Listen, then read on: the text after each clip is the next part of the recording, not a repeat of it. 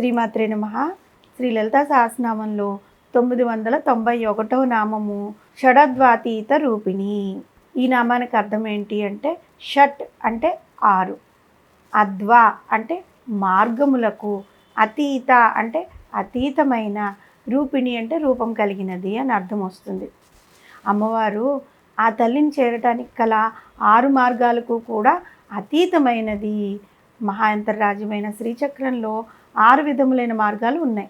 వాటిని శ్రీచక్రారాధనలో భక్తుడు తెలుసుకోవాల్సి ఉంటుంది. ఈ 6 ఆలోచనలు లేదంటే మార్గాలను గురించి మనం ఇప్పుడు తెలుసుకుందాం.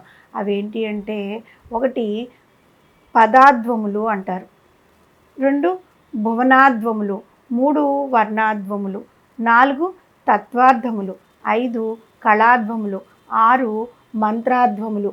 ఒక ఊరికి చేరుకోవడానికి చాలా మార్గాలు ఉంటాయి కదా, అట్లాగే జగన్మాత నివాస స్థానమైన పరమపద సోపానానికి చేరుకోవడానికి ఈ 6 మార్గాలు ఉన్నాయి.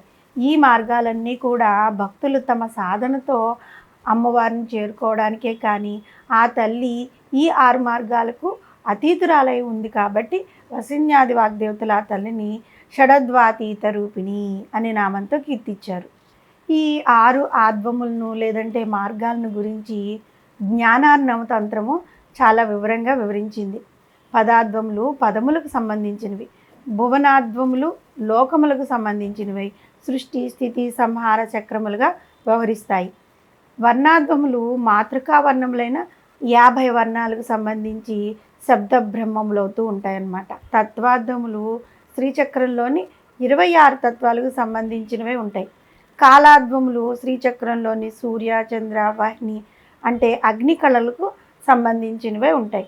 మంత్రాధ్వములు బిందు స్థానంలో కొలువై ఉన్న త్రిపుర సుందరీ దేవి, ఆమె పరివార దేవతలకు సంబంధించినవే ఉంటాయన్నమాట. ఈ 6 ఆధ్వములు లేదంటే మార్గముల్లో వర్ణాధ్వములు, పదాధ్వములు, మంత్రాధ్వములు ఈ 3 కూడా విమర్శాంశములు. ఇవి త్రిపుర సుందరి రూపమైన శక్తి రూపములు. కళాధ్వములు, తత్వాధ్వములు, భువనాధ్వములు ఉన్నాయి కదా, ఈ 3 కూడా ప్రకాశాంశములు అంటే ఈశ్వర రూపములు. ఈ విధంగా ఆ తల్లిని చేరుకోవడానికి ఉన్న 6 మార్గములు కూడా శివ శక్తుల ఐక్యరూపంలోనే ఉంటాయి.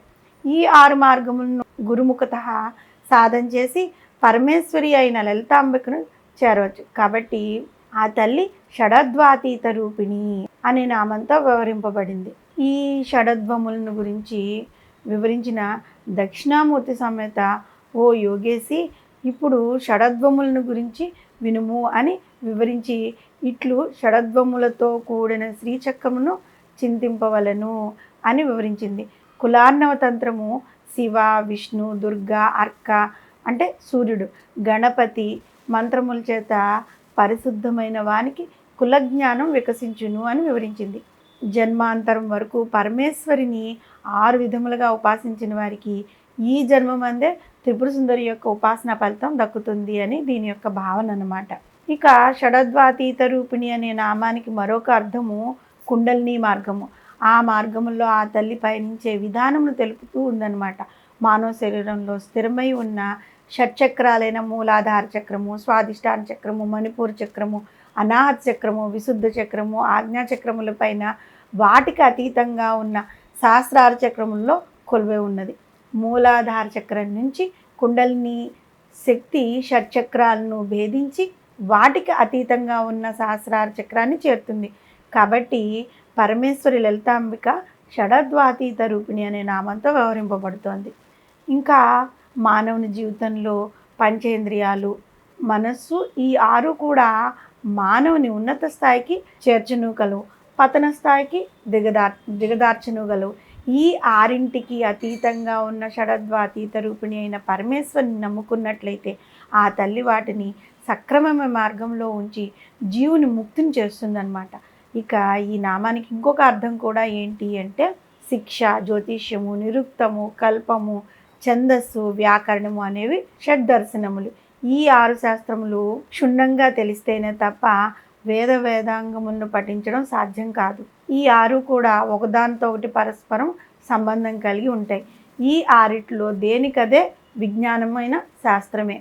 కానీ బ్రహ్మ విద్యను పూర్తిగా అవగాహన చేసుకోవాలంటే ఈ 6 శాస్త్రాలను తప్పనిసరిగా అభ్యసించవలసిందే.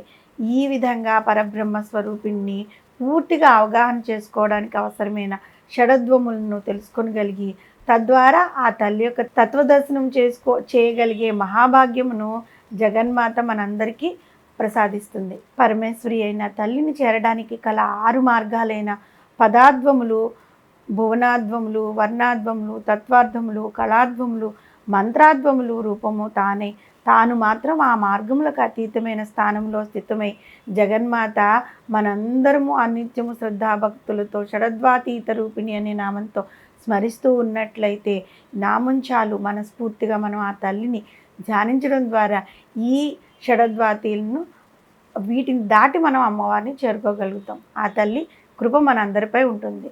శ్రీమాత్రే నమః.